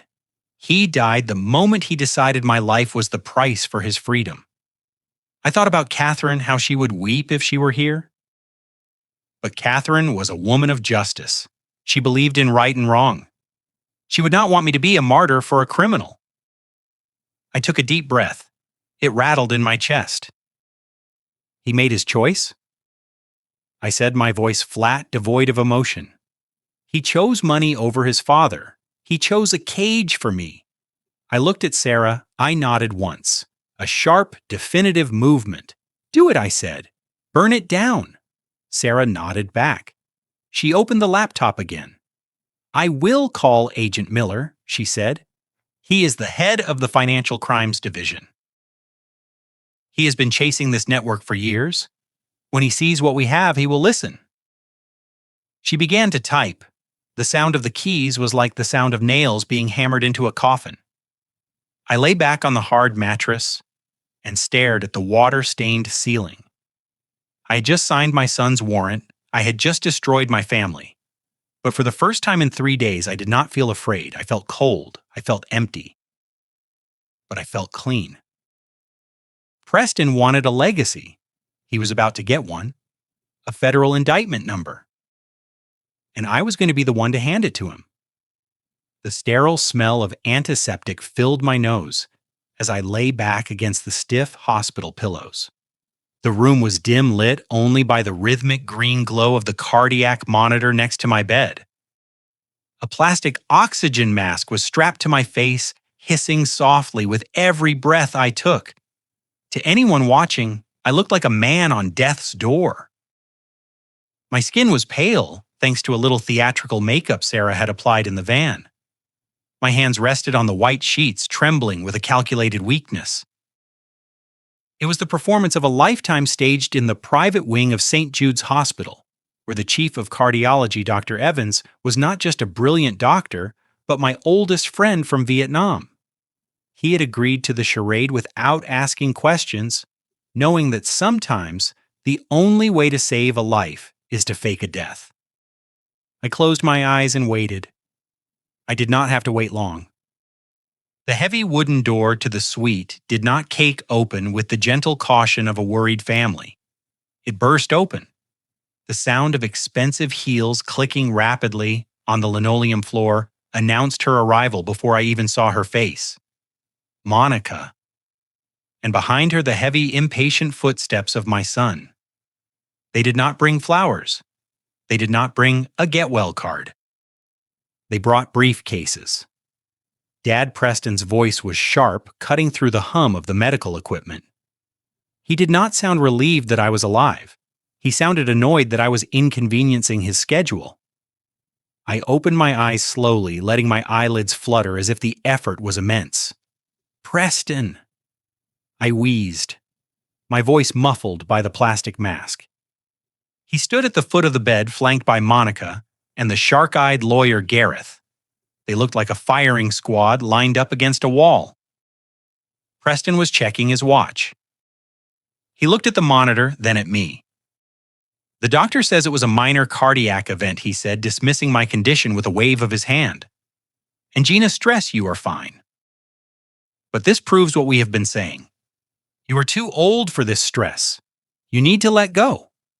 He signaled to Gareth. The lawyer stepped forward, placing a sleek leather briefcase on the rolling tray table usually reserved for hospital food. He clicked the latches open. The sound was like a gun cocking. He pulled out the document. The same one, the conservatorship. We need to do this now, Dad Preston said, stepping closer. Before you have another episode before you lose capacity completely, we cannot risk the company being leaderless if you drop dead tonight. I looked at him. My son. He was standing over his father's hospital bed discussing my death as if it were a logistical hurdle in a supply chain. There was no fear in his eyes, no sorrow, just a cold, hard urgency. He needed that signature. The gambling debts, the shell companies, the impending audit, the wolves were nipping at his heels, and I was the only meat he had left to throw to them. I tried to lift my hand. I let it shake violently, the tremors rattling the plastic railing of the bed. I cannot, I stammered. My hand Monica let out a huff of irritation. She stepped forward, pushing the lawyer aside. She grabbed my wrist. Her nails dug into my skin, sharp and painful. Stop the drama, Harrison, she hissed. Her face was inches from mine. I could smell her perfume clawing and expensive. It made me want to gag. You are not having a seizure. You are just being difficult. Pick up the pen. She jammed a pen into my shaking fingers. She tried to force my hand down onto the paper. Sign it, she commanded. Sign it and get it over with. You're going to die anyway, old man. Whether it is today or next week, you're checking out. Do one useful thing before you go. Save your son. Save the family. Or do you want to die knowing you destroyed us? The cruelty of her words hung in the air. It was naked, unfiltered. She did not even pretend to care anymore.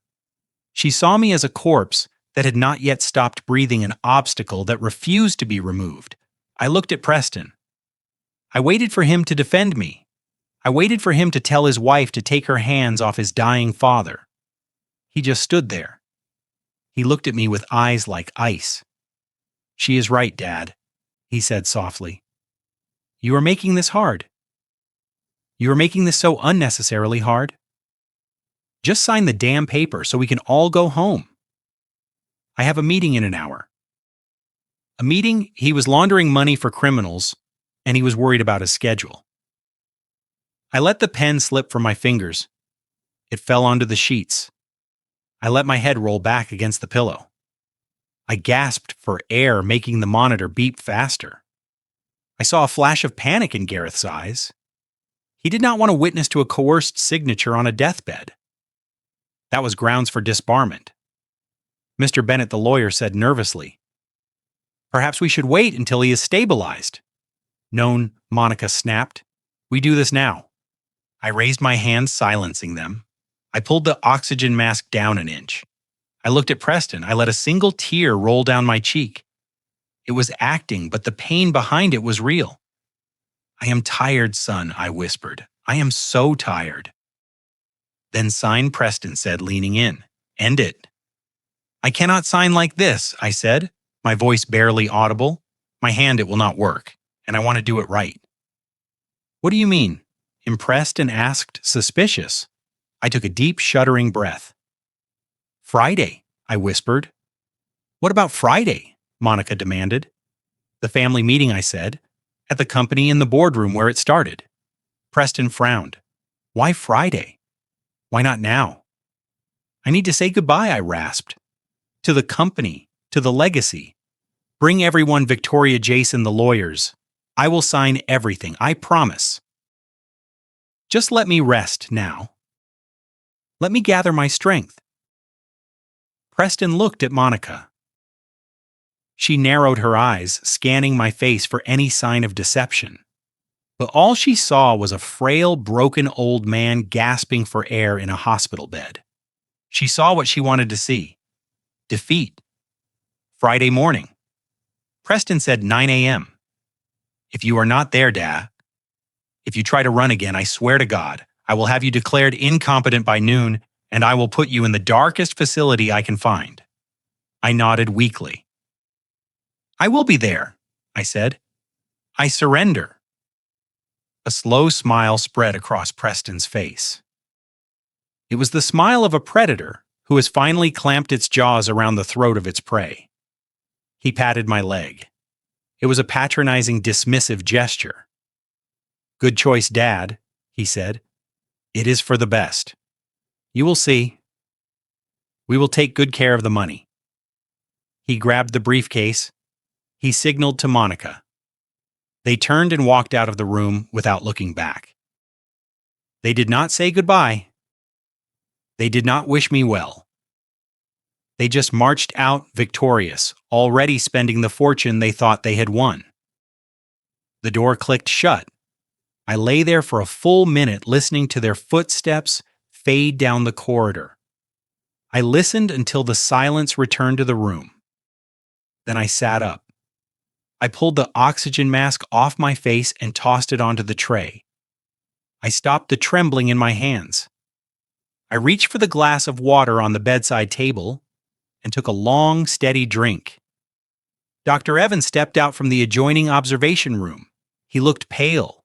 He had heard everything. "Harrison," he said quietly, "I knew your son was ambitious. I did not know he was soulless. Money does strange things to weak men, Bob," I said, swinging my legs over the side of the bed. I stood up. I felt strong. The adrenaline was back cold and sharp. "You are really going to go there on Friday?" Dr. Evans asked. "You are going to walk into that room." I walked to the closet and pulled out my suit. I began to dress. "Yes," I said. I told him I would sign everything, and I will. But I am not signing a transfer of assets, Bob. I tied my tie. I looked at myself in the mirror. The old man was gone. The CEO was back. I am signing a confession, I said. His confession. I grabbed my phone and texted Sarah. It is done. The trap is set. Friday 9:00 a.m. Tell Agent Miller to be ready. I walked out of the hospital room. I left the oxygen mask and the fake weakness behind. Preston thought he had won a fortune. He had no idea he had just invited the FBI to his own funeral.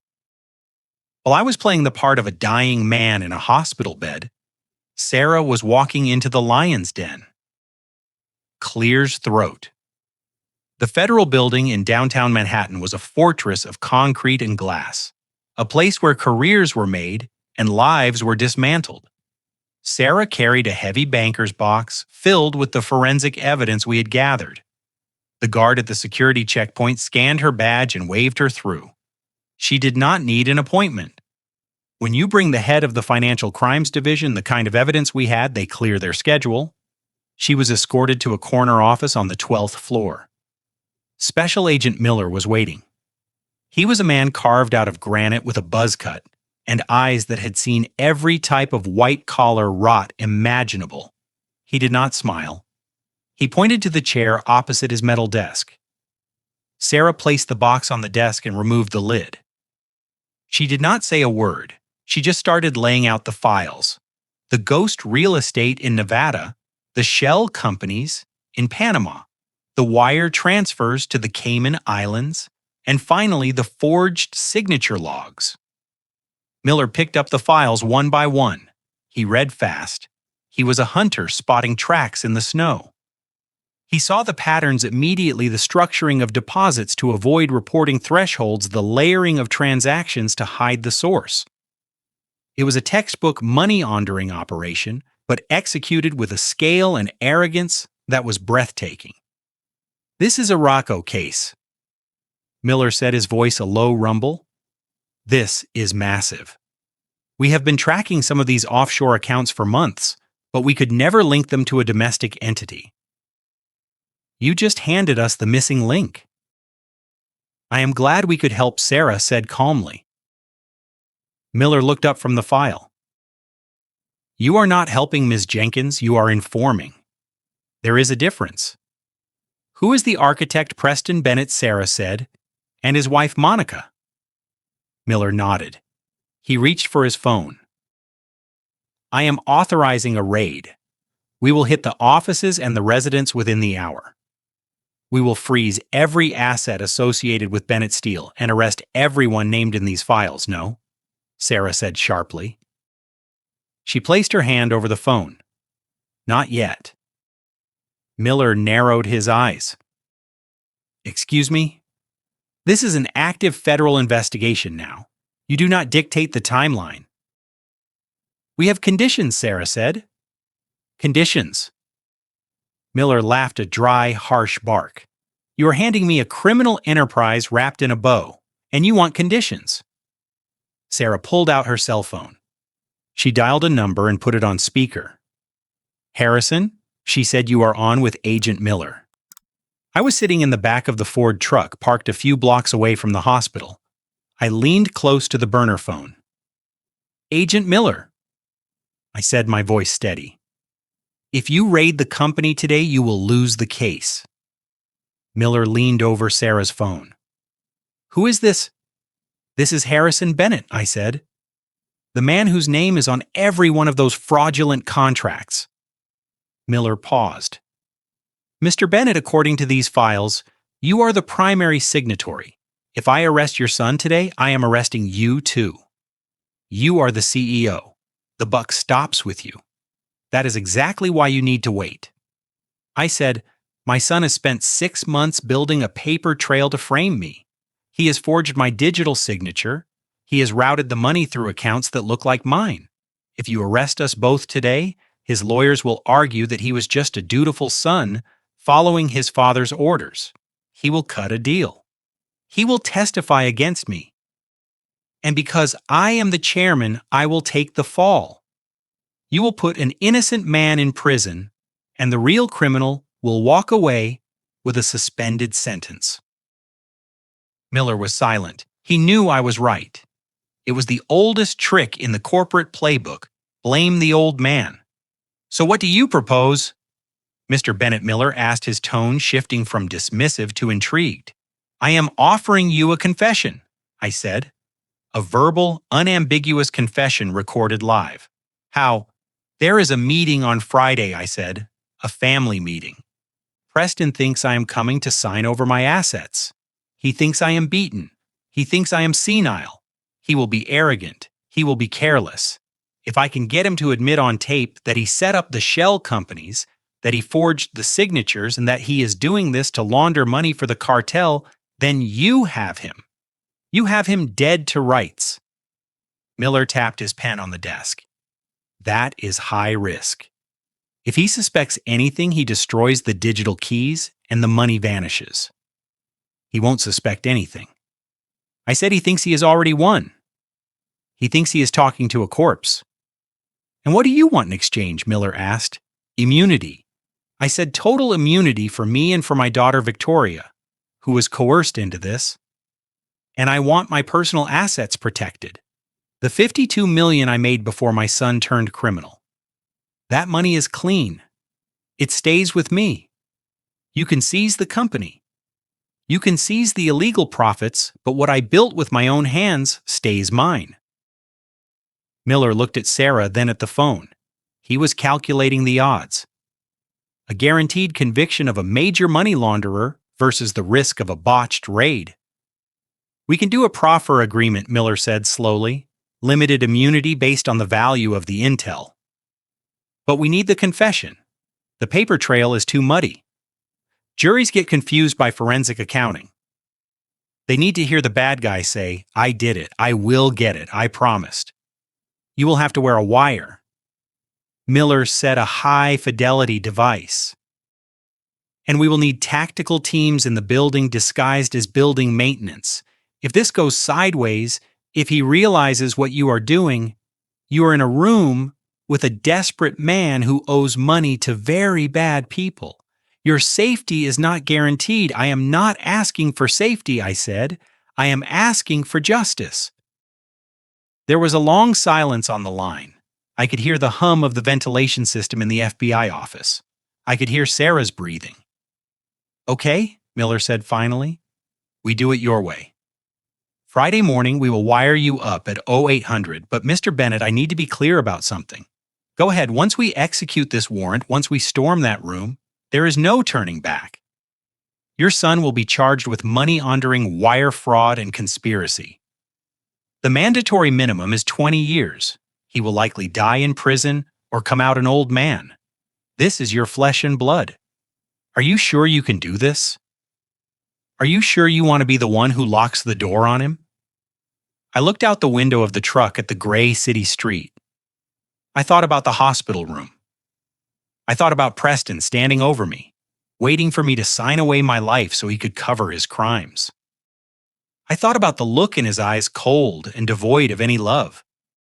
I thought about the years I spent building a future for him, the schools, the cars, the opportunities. I'd given him everything, and in return, he had sold me out. He is not my son anymore. Agent Miller. I said, my voice dropping to a whisper that was louder than a scream in the quiet office. He is a stranger who wears my son's face. The boy I raised would never have done this. The man who walked out of my hospital room an hour ago killed the father in me. He buried him. Now I am just the witness. Miller exhaled a long breath. All right, he said. We will have the papers drawn up. Sarah, bring him in tomorrow for the briefing. Do not be late. I hung up the phone. The screen went black.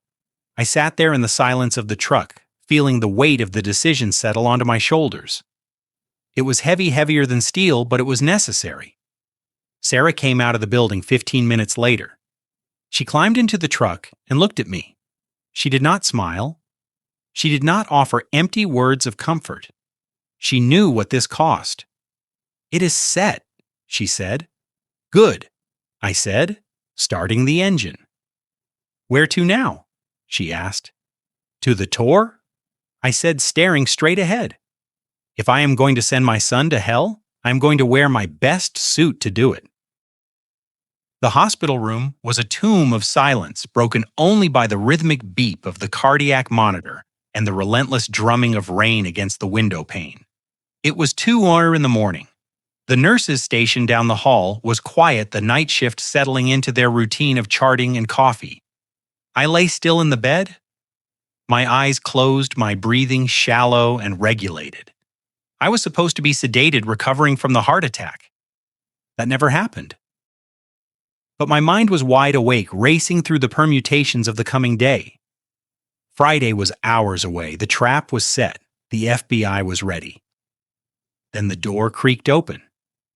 It was not the soft, professional entrance of a nurse coming to check my vitals. It was clumsy heavy. I heard a stumble, then the distinct sound of a body catching itself against the doorframe. The smell hit me a second later. It was thick and cloying, cutting through the antiseptic air. Scotch, expensive, aged, single malt, consumed in quantities that would fell a lesser man. Preston. He shuffled into the room, breathing heavily through his mouth. I heard the scrape of the visitor's chair being dragged across the linoleum floor.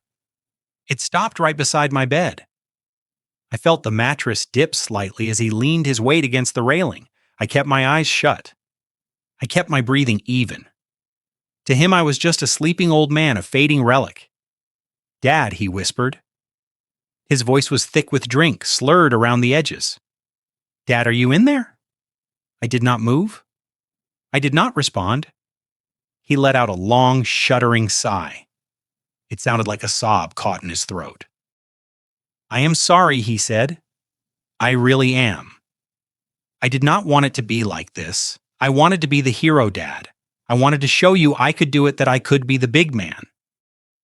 He took a pull from something, probably a flask he had sneaked in. I heard the liquid slosh and the sharp intake of breath that followed. "But I messed up," he continued, his voice dropping to a conspiratorial whisper. "I messed up bad. These guys, Dad, they are not like the union reps you used to deal with. They do not yell, they do not strike, they just smile and tell you exactly how they are going to peel the skin off your bones." I lay there stone still, while my heart hammered against my ribs. He was talking about the cartel, the people he had sold his soul to. "They said they would kill me." "Dad," he whimpered, "not just kill me. They said they would hurt Monica, they would hurt Victoria. They said they would make it last for days." I was so scared. I am still scared. I cannot sleep. I cannot eat. Every time my phone rings, I think it is the end. I felt a flash of pity. It was an instinct, a biological reflex of a father hearing his child in pain. But then he continued, and the pity turned into something cold and hard, like ice forming in my veins. "That is why you have to do this," he said. "You have to sign Dad. You have to take the fall."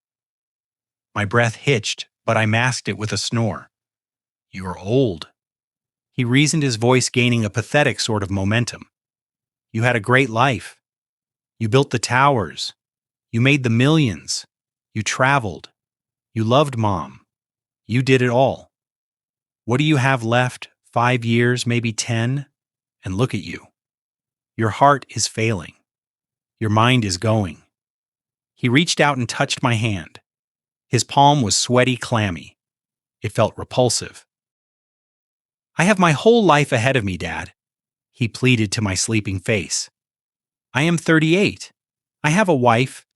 I might have kids one day. I cannot go to prison.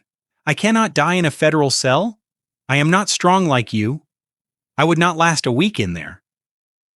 They would eat me alive." He squeezed my hand. "But you," he said, "you are Harrison Bennett. You are the Iron Man. You could handle it. You could go in there and hold your head high. You could be the martyr." The audacity of it took my breath away. He was not asking for forgiveness. He was asking for a sacrifice. He was asking me to trade my remaining years, my freedom, my good name, so he could continue living a lie. You always said family comes first. He whispered, his voice breaking. Do you remember when I was little and I broke the neighbor's window? You paid for it. You said Bennett protect their own. You said a father sacrifices for his son. That is the job, that is the legacy. I remembered. I remembered teaching him about responsibility, about owning up to your mistakes. He had twisted those lessons into a noose and was trying to hang me with them. He was using my love, my code of honor, as a weapon against me. So please, Dad, he said, tears now evident in his voice. Just sign the papers on Friday. Take the blame. Tell them you authorize the transfers. Tell them you set up the shell companies. Tell them I was just a good son following orders. They will believe you. You are the CEO. And if you do that, these bad men, they go away. The debt is paid and I get to live. He leaned his forehead against the railing, sobbing quietly. It is the only way, Dad. You have to save me one last time. Be my hero one last time. I listened to him cry. I listened to the selfish, self-pitying sobs of a man who had never learned to stand on his own 2 feet. And in that moment, lying in the dark hospital room, the last ember of affection I held for him flickered and died. It did not go out with a bang, it went out with a whimper, just like him. He was not just a criminal, he was a coward. A weak, pathetic coward who would throw his own father into the fire to keep himself warm. He did not love me. He did not respect me. He saw me as an expendable resource, a shield to be discarded when it was battered and broken. He pulled himself together, sniffing loudly. He wiped his face on his sleeve. Goodbye, Dad, he whispered. I will see you on Friday. I love you. He did not love me. He loved what I could do for him. He stood up the chair, scraping again. He stumbled toward the door. I heard the latch click. I heard his heavy footsteps receding down the hall. I opened my eyes. The room was the same. The rain was still falling. The monitor was still beeping. But the world had changed. I sat up. I felt strong, stronger than I had felt in years. It was the strength of absolute clarity. There was no confusion anymore, no hesitation, no guilt. My son had walked into this room and killed the father in me. He had buried Harrison the dad. And in doing so, he had woken up Harrison the CEO, the man who destroyed competition, the man who showed no mercy to those who tried to cheat him. I reached for the burner phone on the bedside table. My hand was steady as a rock. I typed the message to Sarah. It was short. It was final. He was here. He confessed. He wants me to be the martyr. I paused, then typed the command that would seal his fate. Activate. Zero tolerance. Make sure the agents are in the walls. I want him to see my face when the cuffs go on. I hit send. I lay back down, but I did not sleep. I stared at the ceiling, visualizing the boardroom, visualizing the look on Preston's face when the door opened. He wanted a hero. He wanted a sacrifice. He was going to get justice. And it was going to be the coldest, hardest thing he ever felt. Tomorrow was Friday. Tomorrow was Judgment Day, and I was the judge. Friday morning arrived with a sky the color of bruised iron hanging low over the city. I stood outside the double doors of the boardroom on the 40th floor, the same place where this nightmare had begun less than a week ago. My reflection in the glass panel was sharp. I was not wearing the hospital gown or the wrinkled clothes of a fugitive. I was wearing my charcoal Italian wool suit, the one I had worn to ring the opening bell at the stock exchange 10 years ago. My tie was a deep crimson silk tied in a perfect Windsor knot. My shoes were polished to a mirror shine. I did not look like a man who had suffered a heart attack 2 days ago. I looked like the man who built this building. I pushed the doors open and stepped inside. The conversation in the room died instantly. They were all there just as I had requested. Preston sat at the head of the table in my chair. Monica was to his right, scrolling on her phone with a bored expression. Victoria and Jason sat huddled together on the left, looking like two people waiting for a firing squad. And Gareth the shark lawyer was arranging documents with precise predatory movements when they saw me. Silence slammed into the room. Preston's jaw actually dropped. He half rose from the chair, his eyes scanning me from head to toe, looking for the oxygen tank, looking for the wheelchair, looking for the frailty he had seen in the hospital bed. It was not there. "Dad," he stammered, "you look better." I walked to the other end of the table. I did not sit. I placed my hands on the mahogany surface and leaned forward. "I feel better, son," I said, my voice booming in the quiet room. Amazing what a little rest can do. Monica narrowed her eyes. She did not like this. She sensed the shift in the atmosphere immediately. "Let us not waste time, Harrison," she said, snapping her phone shut. "We have a schedule. The doctors are waiting at the facility to process your admission after the signing." "Ah, yes," I said. "The facility for my own good." Gareth slid the thick leather binder down the length of the table. It stopped inches from my hands. "The papers are ready," Mr. Bennett the lawyer said smoothly. "Transfer of assets, power of attorney, and the voluntary admission forms. Just sign at the tabs, and we can conclude this unfortunate chapter." I opened the binder. I looked at the pages. It was a masterpiece of legal theft. It gave Preston control of everything. The cash, the properties, the voting rights. It even gave him the power to decide when I could brush my teeth. It was a death certificate for a living man. I looked up. I caught Victoria's eye. She was trembling. She knew what I knew. Shh. She knew about the Cayman accounts. She knew about the shell companies. But she was terrified of the man sitting next to her whose debts were due at noon. She looked down, unable to hold my gaze. I looked at Jason. He was sweating. He kept checking his watch. He did not care about me. He only cared about his fingers. I looked at Monica. Pure, unadulterated greed. She was already mentally decorating the Hamptons house she had stolen. And finally, I looked at Preston. My son, the boy who cried in my hospital room, the man who was willing to send me to prison to save himself. "I have one question before I sign," I said. Preston sighed impatiently. "What is it, Dad?" "I want to hear it from you," I said. "Not from the lawyers. Not from your wife. From you. Look me in the eye and tell me. Is this really what you want? Do you really want to strip your father of his dignity, his home, and his freedom? Is this how you want to be remembered?" Preston straightened his tie. He looked around the room looking for courage from his accomplices. He found it in Monica's glare. "It is not about what I want, Dad." He said, his voice taking on that rehearsed corporate tone.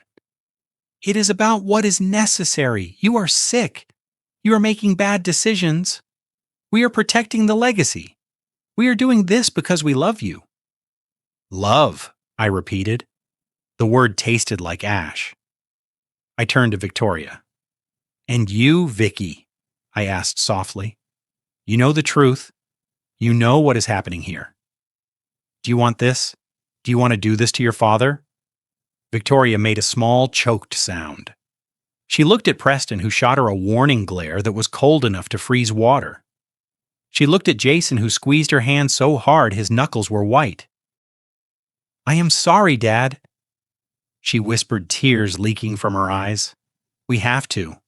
There is no other choice." "No other choice," I said, nodding slowly. I turned to Monica. "And you," I said, "just sign the damn paper, old man." She spat out. "Stop dragging this out. You lost. Accept it. Go to the nursing home and rot quietly. We have a company to run." I looked at them. The tableau of my failure as a father. I had raised wolves and sheep, and both were trying to eat me. I closed the binder. I did not pick up the pen. "You're right," I said. I did lose. I lost the moment I thought I could build a dynasty on a foundation of money instead of character. I lost when I gave you everything you wanted instead of what you needed." Preston stood up. "Enough of this speech. Sign the papers or I call the orderlies right now to drag you out of here." I smiled. It was the smile I used when a competitor walked into a trap I had set months ago. "You're in such a rush, Preston," I said. "You always were.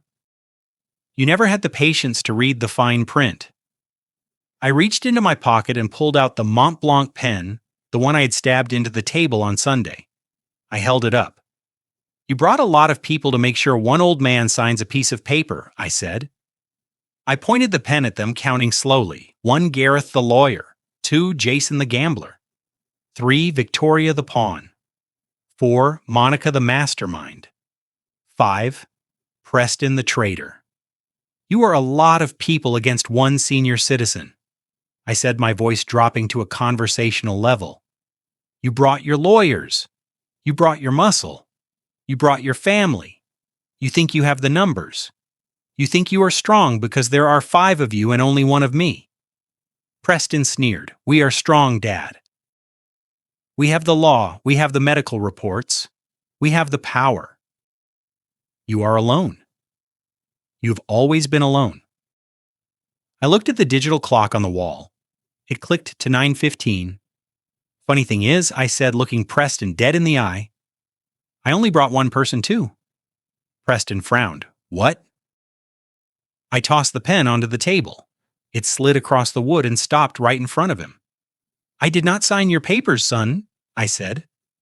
"But I did sign something this morning. I signed a proffer agreement with the United States Department of Justice."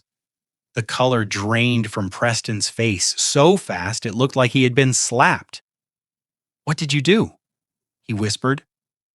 And then the heavy double doors of the boardroom behind me did not just open. They were thrown open with a force that shook the walls. Preston jumped. Monica screamed. Gareth dropped his briefcase. Sarah Jenkins walked in first, holding a stack of files. She looked at me and nodded. But she was not alone. Behind her, filling the doorway with blue windbreakers and tactical gear, were 6 federal agents. The man in the lead stepped forward. He had a badge on his belt and a warrant in his hand. Preston Bennett, Agent Miller, barked, his voice filling the room with the authority of the federal government. "Step away from the table and put your hands where I can see them." The silence that followed was not the silence of tension. It was the silence of a guillotine blade falling. The trap had snapped and the rats were finally caught. The room erupted into absolute chaos. It was a blur of motion and noise that shattered the sterile corporate atmosphere of the boardroom. Unformed agents poured through the double doors like a blue tide, their voices overlapping in a cacophony of shouted commands. "Federal agents, nobody move. Hands where we can see them. Keep your hands on the table." Preston scrambled backward his chair, toppling over with a loud crash.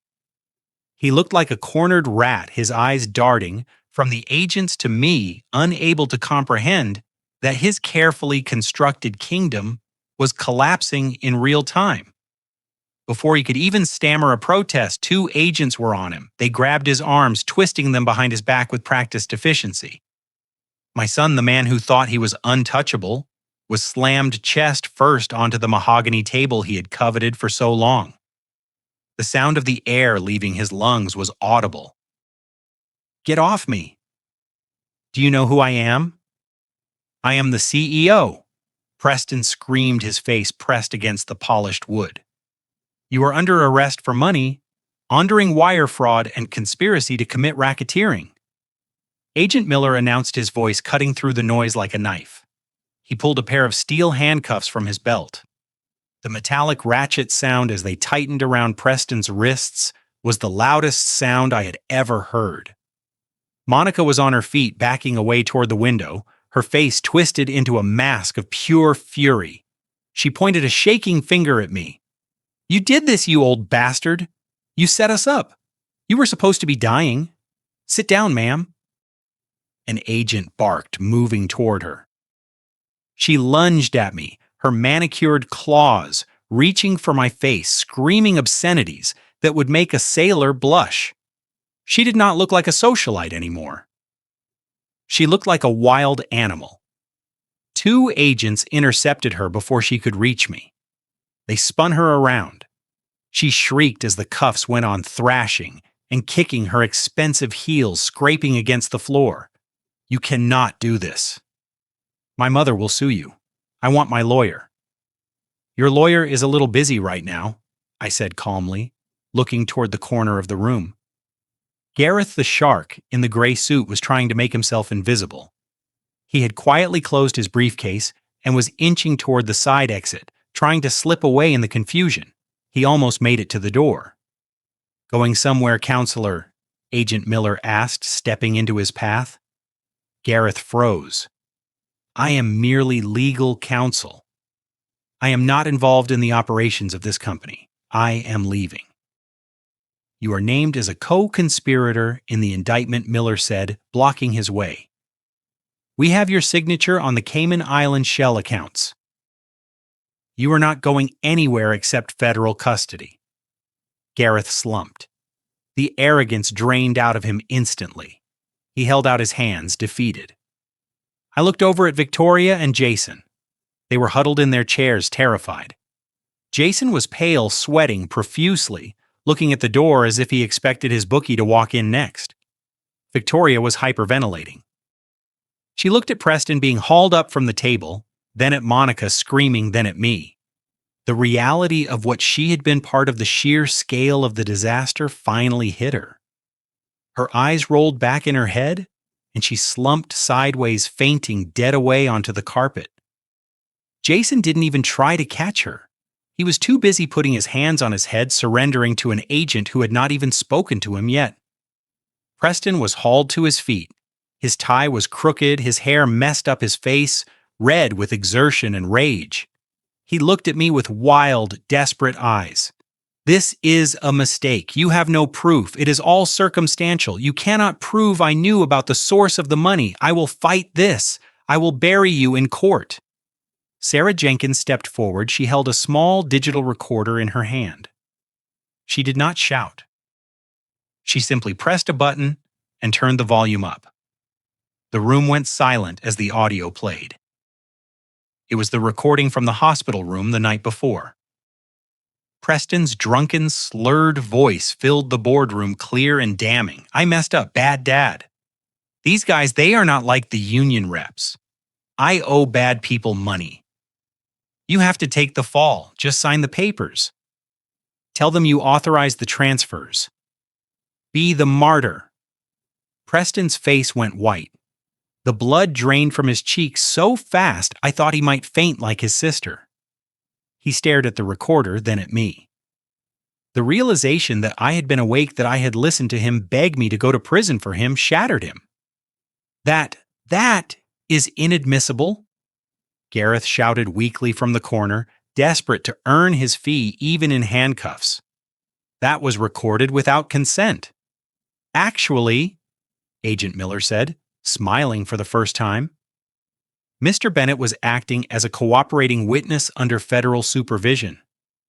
That recording is perfectly legal, and it is the nail in your coffin." The agents began to move them out. It was a parade of the damned. Gareth's head hung low.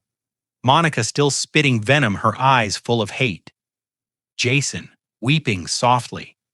Victoria being helped to her feet by a medic, sobbing into her hands. And then Preston. As the agents dragged him past me, he stopped struggling. He looked at me. The rage was gone, replaced by a terrified, childlike realization that his life was over. He looked at the father he had tried to destroy. And he played his last card. The card he thought would always work. "Dad," he screamed, his voice cracking. "Dad, what are you doing?" "Stop them, please. I am your son. You cannot let them take me. I am your flesh and blood, Dad." I stood there, my hands resting on the back of the chair. I looked at him. I looked for the little boy I used to know. I looked for the young man who graduated with honors. I looked for the executive I had mentored. I did not see them. I only saw a coward, a man who would steal from his father and then beg for mercy when he got caught. I reached up and straightened my silk tie. I smoothed the lapel of my suit. I looked him dead in the eye, my gaze steady and dry. I did not raise a coward who frames his father. I said, my voice low, but carrying the weight of a final judgment. Preston sobbed, his knees buckling. "Goodbye, Preston," I said. The agents pushed him through the doors. His wails echoed down the hallway, mixing with Monica's screams until the elevator doors dinged and swallowed them whole. The boardroom was quiet, empty chairs, scattered papers, the fountain pen lying on the table. Sarah walked over to me. She placed a hand on my arm. "It is over, Harrison," she said softly. I looked around the room. The empire I built, it would be tied up in litigation for years. The brand was tarnished. The assets were frozen. Yes, I said, it is over. 1 month later, the morning sun filtered through the bay windows of my kitchen in the Hamptons. The house was quiet. The locks had been changed back. The security codes were mine again. The silence was not heavy anymore. It was peaceful. I sat at the small kitchen table, a cup of coffee steaming in front of me. On the table sat a single piece of paper, a check. It was drawn on my personal account, the funds finally unfrozen by the court after the grand jury indictment. The amount was written in bold black ink, $52 million. It was everything. The real estate sales, the liquidated stocks, the cash reserves, every penny I had protected from Preston, every penny I had built over a lifetime. Across from me sat the dean of the state university. He was staring at the check, his hands trembling slightly. He looked like he wanted to touch it, but was afraid it might disappear. "You are sure about this, Mr. Bennett?" He asked, his voice hushed with reverence. This is the largest single donation in the history of the university. The Catherine Bennett School of Engineering. It will change thousands of lives. "I am sure," I said. I picked up my pen. Not the gold Mont Blanc. I had left that in the boardroom. Just a simple ballpoint pen. I signed my name at the bottom. Harrison Bennett. I slid the check across the table. "My children wanted this money," I said, looking out the window at the ocean. "They destroyed themselves for it. They destroyed our family for it. It is cursed. I do not want it, but the students..." The dean stammered, "The students will build things." I said, "They will build bridges. They will build towers. They will build a future. That is a better legacy than a trust fund for a felon." The dean left a few minutes later, clutching the check to his chest like a holy relic. I walked out onto the patio. The air was salty and cold. I took a sip of my coffee. Preston was in a holding cell, denied bail, facing 20 years. Monica was negotiating a plea deal that would leave her penniless. Victoria was in therapy, working 2 jobs to pay off the debts I had refused to cover. She was learning the hard way, but she was learning. I was alone. My wife was gone. My son was gone. My fortune was gone. Clear's throat. I took a deep breath, filling my lungs with the sea air. For the first time in months, for the first time since Catherine died, the knot in my chest loosened. I was 70 years old. I had nothing but this house and my pension. I smiled. It was a small, sad smile, but it was real. I was free. The burden was gone. I had survived the trap. I had fought the war, and in the end I had kept the only thing that mattered, my name. I raised my coffee cup to the sky. "Here is to you, Catherine," I whispered. We finally cleaned house. But cleaning house leaves empty rooms. The silence in the estate was heavy at first. I spent days walking through the halls, realizing how small a man can feel in a big house without his family. But slowly life began to fill the cracks. 3 months later, I drove my old truck to a small bakery on the edge of town. I stood outside the window watching. Inside, Victoria was wiping tables. She looked exhausted. Her hair was tied back in a messy bun, and her apron was stained with flour. She was not the socialite anymore. She was a worker.